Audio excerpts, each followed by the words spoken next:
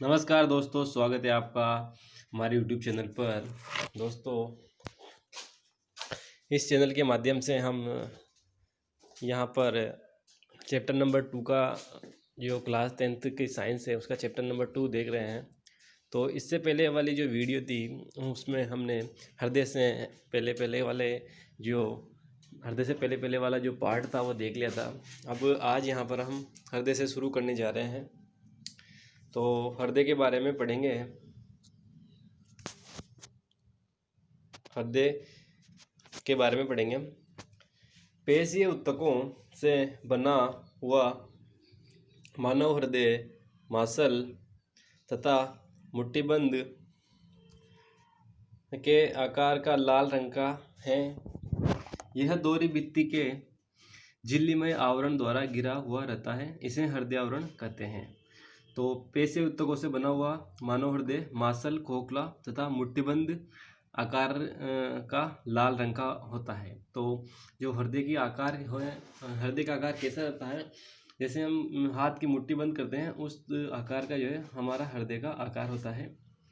और ये दोहरी भित्ति से झिल्ली से घिरा हुआ रहता है। इसे हृदय आवरण कहते हैं। इसमें हृदय आवरण द्रव्य पाया जाता है। यह द्रव्य हृदय को बाहरी आघातों से रक्षा करता है। जो हृदय आवरण द्रव्य होता है वो बाहरी आघातों से हृदय की रक्षा करता है। अब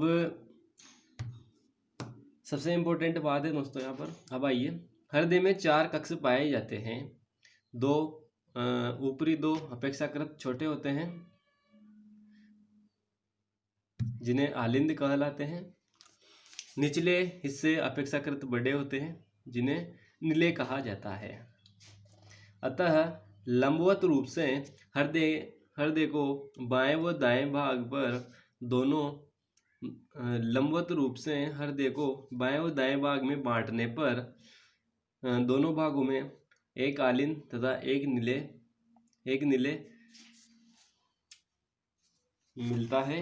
बाएं ओर के आलिंद व निलय आपस में एक द्विउलन कपाट जिसे माइट्रल वाल्व या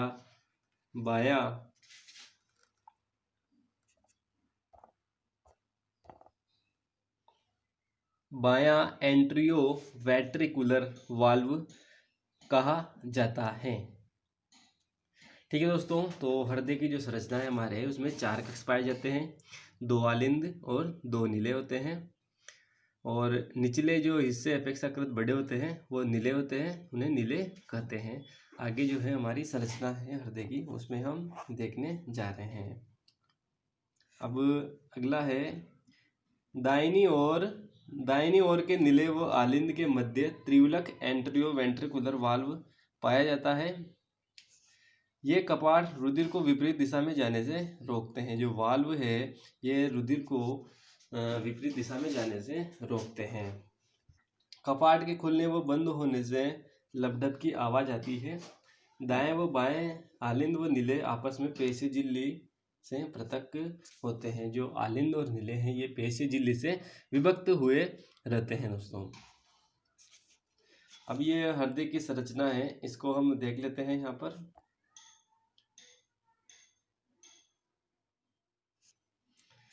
मानव हृदय का जो ये चित्र है इसमें हमने देखा कि 2 आलिंद तथा 2 निलय होते हैं। तो ऊपर जो है हमने देखा कि थोड़े छोटे भाग होते हैं वो आलिंद कहलाते हैं। तो 2 आलिंद यहाँ पर है और 2 निलय यहाँ पर है। अब 2 निलय में इधर बायां निलय और बायां आलिंद, दायां आलिंद और दायां निलय। सबसे इम्पोर्टेंट बात ये है। ठीक है, अब सब इसके बाद की बात है। यहाँ पर महाधमनी और फुफ्फुस धमनी, फुफ्फुस शिरा, और ये द्विउलनी कपाट होता है। इधर त्रिवलक कपाट और ये यहाँ पर महाशिरा होती है। इन सब के बारे में हम आगे पढ़ने जा रहे हैं। तो ये मानव हृदय का डायग्राम है। बहुत सी बार डायग्राम भी पूछ लिया जाता है। तो सबसे इम्पोर्टेंट बात है, ऊपर जो है आलिंद पाए जाते हैं, नीचे जो है निलय पाए जाते हैं। तो इधर बायां नीले, बायां आलिंद और दायां आलिंद और दायां नीले हो जाते हैं। फिर महाधमनी, महाशिरा और फुफ्फुस धमनी, फुफ्फुस शिरा आदि इनमें से जो है नलिकाएं निकली हुई रहती है। तो ये डायग्राम आपको बनाना है दोस्तों और याद भी रखना है।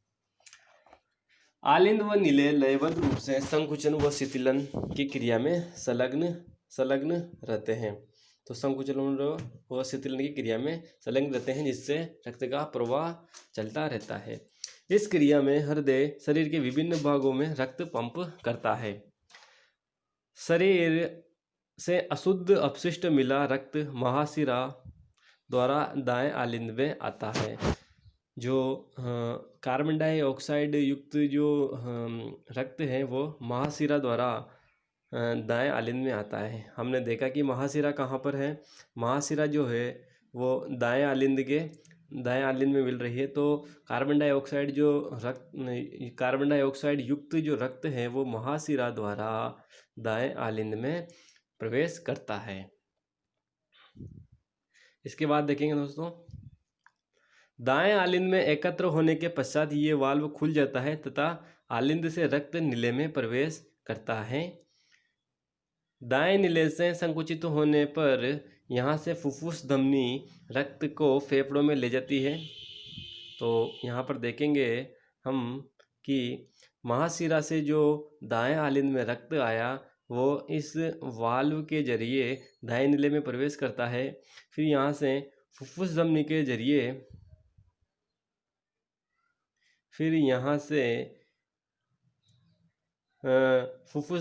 जरिए रक्त फेफड़ों में ले जाती है। फेफड़ों में श्वसन प्रक्रिया द्वारा ये ऑक्सीकृत किया जाता है। तो साफ रक्त फुफ्फुस शिरा द्वारा बाएं नीले में प्रवेश करता है, जहाँ से ये वाल्व में होते हुए बाएं नीले में प्रवेश करता है और नीले से संकुचन के कारण महाधमनी द्वारा रक्त शरीर में प्रवाहित होने भेजा जाता है। फिर बाएं नीले से वाल्व के जरिए बायां आलिंद में आता है। फिर बायां आलिंद का संबंध महाधमनी से होते हुए हमारे शरीर में शरीर के अंगों तक प्रवेश करता है। तो फिर यह चक्र निरंतर चलता रहता है। इस चक्र को हृदय चक्र कहा जाता है। तो हृदय चक्र क्या होता है दोस्तों, जो हमने देखा अभी आलिंद नीले की जो प्रक्रिया से गुजरते आलिंद नीले तथा फेफड़ों से गुजरते हुए शरीर वापस से हमारे शरीर तक पहुंचता है। ऑक्सीडाइज जो रक्त है वो पहुंचता है। इस प्रक्रिया को हृदय चक्र कहते हैं। हृदय में होने वाले संकुचन प्रकुचन तथा शिथिलावस्था को अनुशीतलन कहा जाता है।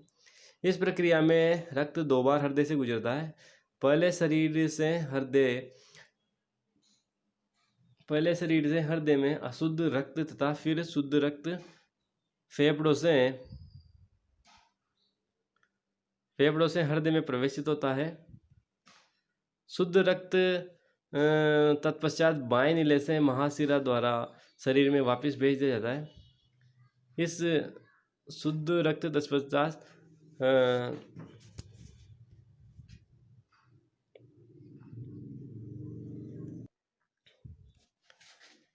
तो इस प्रकार के परिसंचरण को द्विसंचरण कहा जाता है। एक फुफ्फुसीय तथा दूसरा देहिक।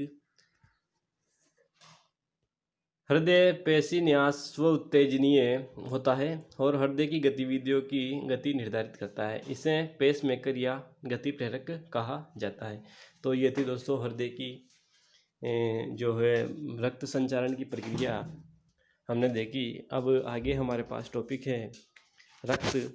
अध्याय में रक्त के बारे में बताया जा चुका है, पहले भी हमने रक्त के बारे में पढ़ लिया है। रक्त वाहिकाएं, अब रक्त वाहिकाओं के बारे में पढ़ेंगे कि रक्त वाहिकाएं कौन कौन सी है। तो शरीर में रक्त का परिसंचरण वाहिनियों द्वारा होता है। रक्त वाहिकाएं एक जाल का निर्माण करती है जिनमें प्रवाहित होकर रक्त कोशिकाओं तक पहुंचता है। ये 2 प्रकार की होती है, धमनी एवं शिरा।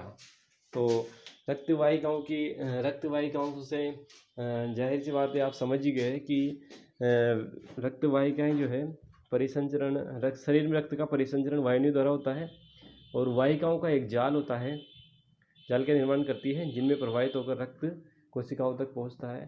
तो वो क्या कहलाती है? रक्त वाहिकाएं कहलाती है। पहली धमनी, वे वाहिकाएं जिनमें, तो अब धमनी और सिरा है, तो वे वाहिकाएं जिनमें ऑक्सीजनित साफ रक्त प्रवाहित होता है धमनी कहलाती है, जबकि वे वाहिकाएं जिनमें विऑक्सीजनित अपशिष्ट युक्त रक्त प्रवाहित होता है वह सिरा कहलाती है। तो ऑक्सीडाइज जो रक्त है ये कहाँ से जाएगा? हृदय से कोशिकाओं तक जाएगा, और विऑक्सीजनित यानी कार्बन डाइज ऑक्सीजन युक्त जो रक्त है वो हृदय की ओर, कोशिकाओं से हृदय की ओर जाएगा। तो धमनी और सिरा में अंतर आपने देखा दोस्तों। तो वे वाहिकाएं, पहला अंतर तो है जो साफ रक्त यानी ऑक्सीजनित रक्त को प्रवाहित करती है धमनी कहलाती है, और रक्त हृदय से अंगों तक प्रवाहित होता है, हृदय से अंगों की ओर प्रवाहित होता है तो वे धमनियाँ कहलाती है।